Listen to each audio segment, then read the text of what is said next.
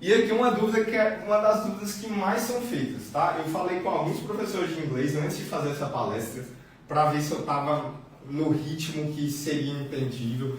E eles disseram, todo mundo tem essa dúvida, porque eu consigo entender, mas eu não consigo falar inglês. Por que às vezes eu consigo entender a letra de uma música, eu consigo entender quando eu ouço alguma frase em inglês, até um filme eu consigo entender algumas partes, mas na hora de falar eu travo, eu não dou conta de falar. E por que isso acontece? A gente divide isso em duas habilidades, habilidade receptiva e habilidade produtiva. E elas são diferentes e elas funcionam em diferentes partes do seu cérebro, tá? Habilidades receptivas são como... Eu gosto de entender habilidades receptivas como o que o mundo traz para você. O que o mundo te traz de informação. Então, a habilidade receptiva é de ouvir. Você até consegue desviar o seu foco. Está tendo uma conversa aqui, eu consigo prestar atenção na de cá. Mas você não consegue falar, cara, agora eu não quero ouvir. Se você tiver um aparelho, né? Outra coisa, tá? E aqui, ler também. Ler já está escrito para você, uma pessoa já organizou as palavras para você. Dentro da escrita correta, e você só tem que passar o seu olho e memorizar, entender, organizar. São habilidades receptivas, tá? E essas habilidades receptivas, elas estão ligadas ao circuito neural ventral e à área de Wernicke. Não precisa se ater a esses nomes, daqui a pouco eu vou mostrar um pouquinho no cérebro como é que funciona. E as habilidades produtivas que estão do outro lado. Essas são as difíceis. Falar, escrever, desenhar, expressar, criar algo. Eu vou dar um exemplo que é muito bom. É diferente alguém pedir para você reconhecer um rosto e alguém pedir para você desenhar um rosto, correto? Você consegue reconhecer um rosto, mas na hora de desenhar, você precisa de detalhes. E é aí que você preenche as suas lacunas de aprendizado, tá? Então, para você falar, escrever e desenhar, você precisa fazer essa organização interna e dentro dessa organização interna, colocar para fora de você, tá? Então, a compreensão, você entender alguém falando inglês, é uma habilidade receptiva. E ela não demanda tanto esforço. Você realmente é para isso acontecer, você entender antes de produzir. E depois você tem a fala e a criação, que são habilidades produtivas. E nessas habilidades demandam mais esforço, porque é você organizando o que tem dentro da sua cabeça e passando para o mundo essa informação, tá? E nesse próximo slide eu coloquei aqui, vamos falar aqui primeiro, tá? Do input e do output. Input e output. Input é o que entra em você. Input é o que você recebe de conhecimento. E o output é o que sai de você, o que você entrega para o mundo, como você organiza o seu conhecimento e entrega, tá? É uma hipótese do Stephen Krashen, ele é um cientista, tá, da década de 80, e isso aqui é sensacional, tá? Isso aqui é sensacional o que esse homem fez. Ele descobriu, por meio de muitos estudos, que o seu aprendizado de forma mais eficaz, ele é feito da seguinte forma: o que você sabe mais um. E o que é o que você sabe mais um? É você estar num nível que você consegue entender o que está sendo passado, com um pouco mais de dificuldade para te dar o desafio e a motivação para continuar aprendendo. Então você tem que entender minimamente o que está acontecendo, tá? Por exemplo, numa aula de inglês você tem que entender minimamente o seu nível, mas tem que ser passado um pouco mais do que você entende para te motivar. E essa é a fórmula dele, tá? Esse é o processo de aprendizagem. Ele fala que o aprendizado natural, quando o aluno recebe esse input de forma significativa e contextualizada. Quando você tem um contexto, você grava melhor as coisas, tá? Quando está ligado à sua emoção, as suas memórias elas ficam mais fortes. Então, isso que é interessante, de novo, falando aqui da metodologia da Mr. Beast, é você ter essa conexão de você conseguir fazer práticas do seu dia a dia e você tendo feito essa prática, mesmo que seja numa brincadeira, você lembrar de como é que faz. Porque você cria uma memória, você cria uma emoção em cima daquilo. Você não está com um livro lendo e nem aí para o que você está fazendo. É uma coisa que você tem que ter uma prática, né? E, por outro lado, veio a hipótese do output de Mary Shane. Ela apresentou que a hipótese do input sozinho, ela não é capaz de te gerar o conhecimento mais sólido.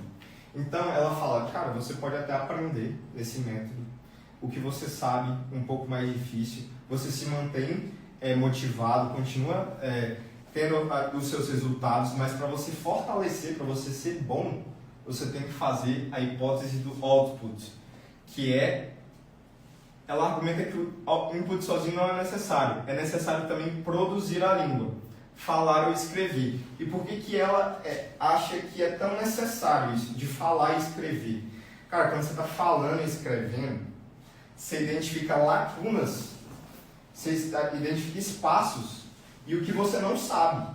Quando você vai falar e não lembra como é que fala a frase da forma gramatical certa, você precisa relembrar isso. É isso que vai fortalecer o seu conhecimento. A forma que você relembra. O que você precisa é colocar o conhecimento que você recebeu à prova. Colocar isso à prova. Você aprendeu algo, então prova que você aprendeu. Passa isso para o mundo, e quando você for passar isso para o mundo, você vai entender onde é que você precisa melhorar os seus pontos, e é aí que você aprende melhor. Tá? Eu vou voltar aqui um pouquinho nessa imagem aqui do cérebro. Vou voltar lá em cima, só para dar uma contextualizada, tá? Ninguém precisa decorar isso aqui, ninguém gosta de decorar isso aqui, tá? É só para a prova mesmo. A gente divide o cérebro, na verdade é o encéfalo, a gente chama de cérebro, tá? Popularmente, em 5 lobos, em 4 lobos principais. O lobo frontal fica na parte da frente e é o último a ser formado. Ele está diretamente ligado às suas capacidades de escolhas. Você escolhe por essa área. Você tem a capacidade de... inclusive, essa é a área que não é desenvolvida nos adolescentes, tá? Por quê? Porque é uma área de formação e geralmente os adolescentes têm mais impulsividade porque essa área não está formada muito bem neles. Que é a área de você tomar decisão, de você analisar o caso inteiro e dentro das informações que você tem, tomar a melhor decisão. Essa área ainda não está formada. Tá? Essa área também é ligada com a função motora, como você se move. Aqui o lobo parietal fica um pouco mais atrás, ele está ligado à sua função sensitiva, tato, frio, calor. O lobo temporal fica embaixo, chama temporal porque fica próximo às têmporas. Ele está diretamente ligado à sua audição e ao seu olfato. E o lobo occipital, que fica aqui atrás, ele está diretamente relacionado à visão, tá? É o lobo mais certeiro. O que você tem a visão mais definida, ela vai, os fótons passam direto pela sua retina, eles fazem um caminho direto para o lobo occipital e lá que é transformado tudo que você vê. Falando disso,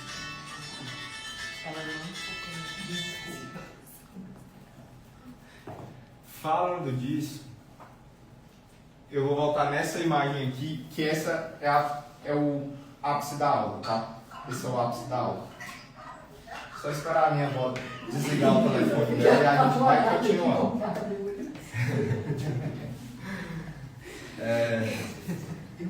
Neurofluência e onde acontece. Esse aqui é o cérebro, tá?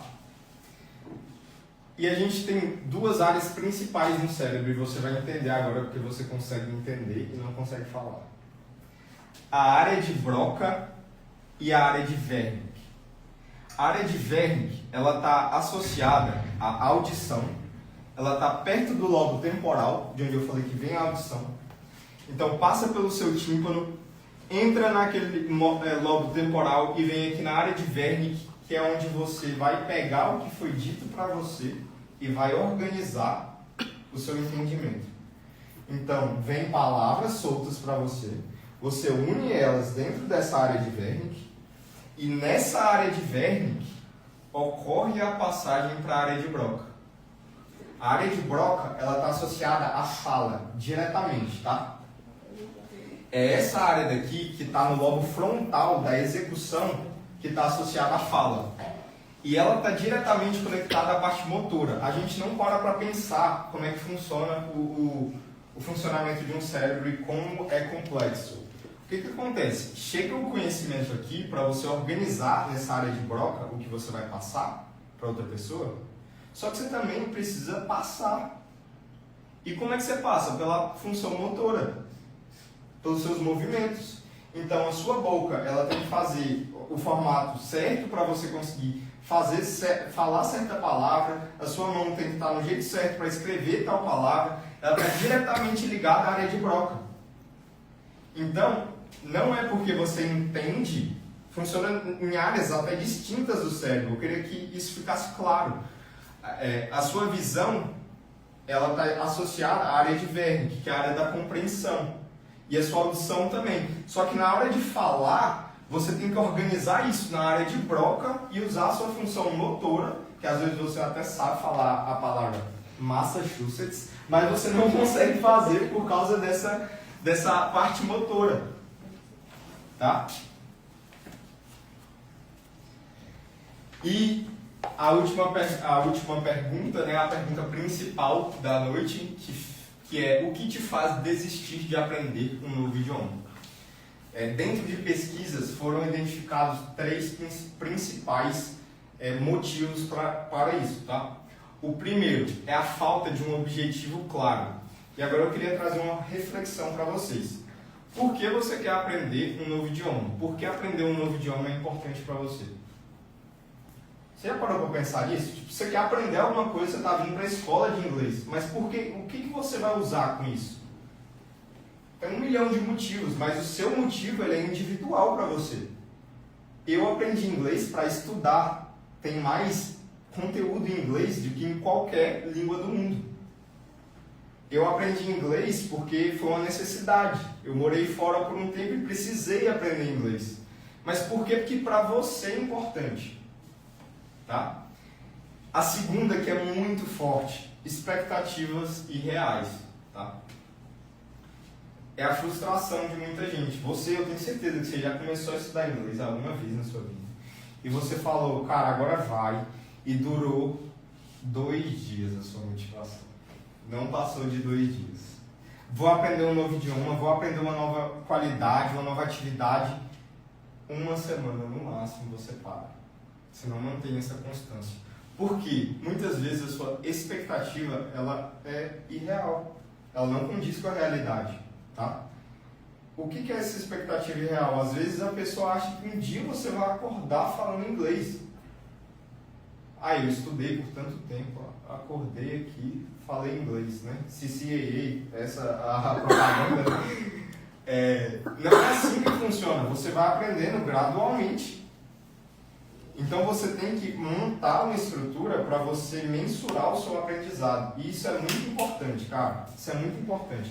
Mensurar o seu aprendizado em microestruturas. Você colocar mini metas. Hoje eu consegui falar com a moça da cantina em inglês.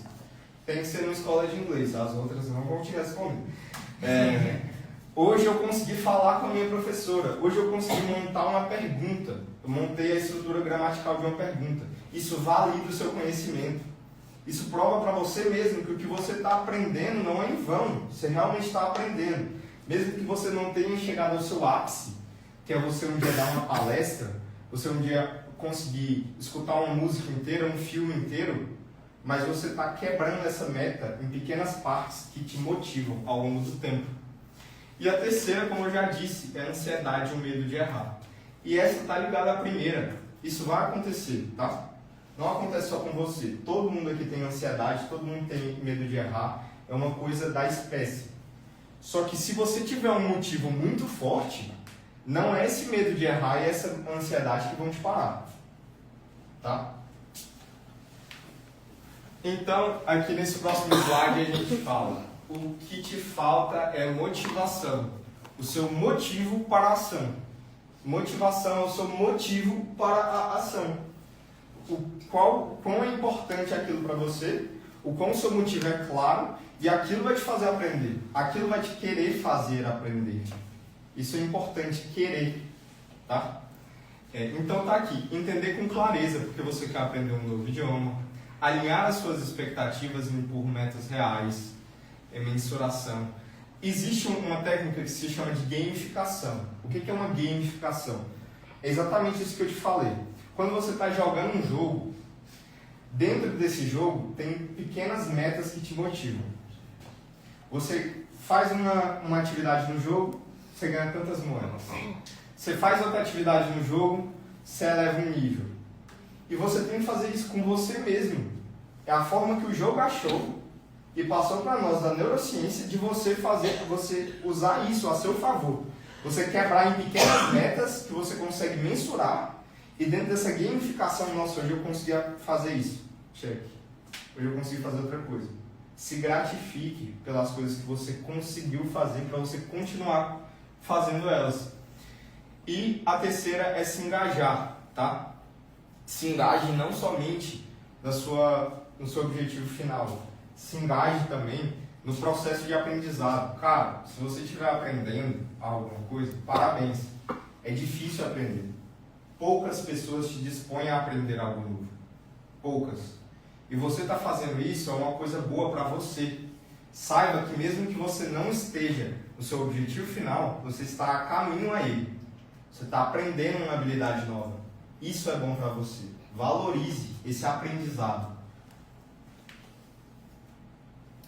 Coloquei aqui umas técnicas também, tá? Umas técnicas de engajamento, de estudo fora da sala de aula.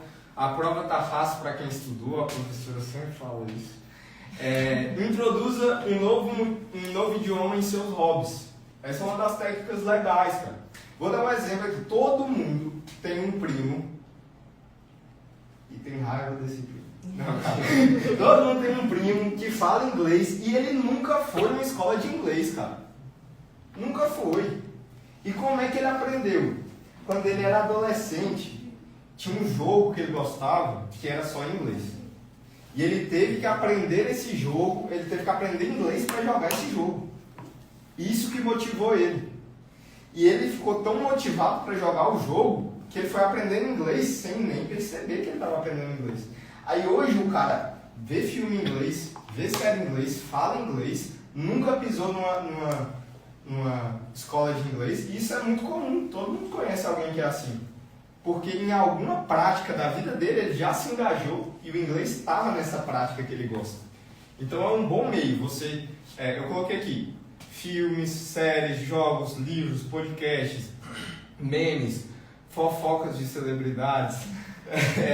São formas de inserir o inglês no meio do seu dia a dia de maneira leve e descontraída e funcional.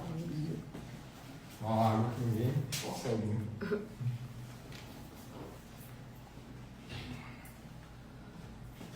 Segunda, prática ativa e de produção. Escrever um diário, posts pequenos do seu dia. Cara, estou fazendo durante o meu dia ali, vou escrever para eu lembrar como é que eu posso inserir o inglês no meu dia a dia, tá? É uma prática ativa de produção. Narrar a sua rotina em voz alta. Agora eu estou tomando um café. Agora eu vou pegar um copo d'água. É uma forma de você que está aprendendo inglês em sala de aula, passar isso para o seu dia a dia e ir treinando. Mesmo que você tenha pouco tempo, tá? Também é muito interessante, é um pouco mais complicado para você se gravar, muita gente tem vergonha, usar aplicativo de gravação. Se você gravar o seu inglês de um mês para o outro, cara, você vai ficar assustado, porque você não consegue mensurar isso dentro de você. Você fala, cara, eu acho que eu não estou aprendendo, eu acho que eu não estou aprendendo. Mas quando você vai ver um vídeo seu do começo, e depois de 3 meses de inglês, seu inglês está completamente diferente. E você precisa ver esse resultado para você continuar. Tá? Tem integração na rotina também, você alterar o idioma do seu celular, rede social, colar post-it, door, eu sabia que isso era uma porta, door, vai no micro-ondas, microwave, coloca no seu dia a dia alguns post-its para você lembrar alguns nomes. Tá? E o mais importante de todos, né? A gente está aqui para falar a verdade. Você tem que ter um horário de estudo, cara. Você tem que parar e estudar, igual você aprendeu todas as coisas na sua vida, para um momento. É bom que esse momento seja sempre no mesmo horário para você criar um hábito de rotina e estuda aquilo. Estuda didaticamente mesmo, é chato, ninguém gosta. Mas é uma forma de você aprender, é uma forma válida. Lembrar para você que aquilo é importante e sabendo disso, tomar essa iniciativa de todo dia fazer um pouco a mais. Tá? Eu não preciso falar aqui porque o inglês é importante na sua vida, todo mundo sabe. E essa é a última reflexão que eu queria trazer. Vocês estão numa palestra de como aprender inglês e a reflexão é por que você quer aprender inglês? Leva essa reflexão para casa para saber se você realmente quer e por quê, qual que é o motivo de você realmente querer. E dentro desse motivo forte, você já tem algumas técnicas que podem te ajudar nisso. Tá? Coloquei aqui as principais referências, tá? Usei de Cambridge, usei alguns estudos, usei até do Santander, foi de todo canto, tá? Quem quiser tirar uma foto, ver sobre os artigos que eu usei, sobre o conteúdo, tá aí. E é isso, pessoal. A missa acabou. Boa sexta-feira a todos e bom final de semana, viu?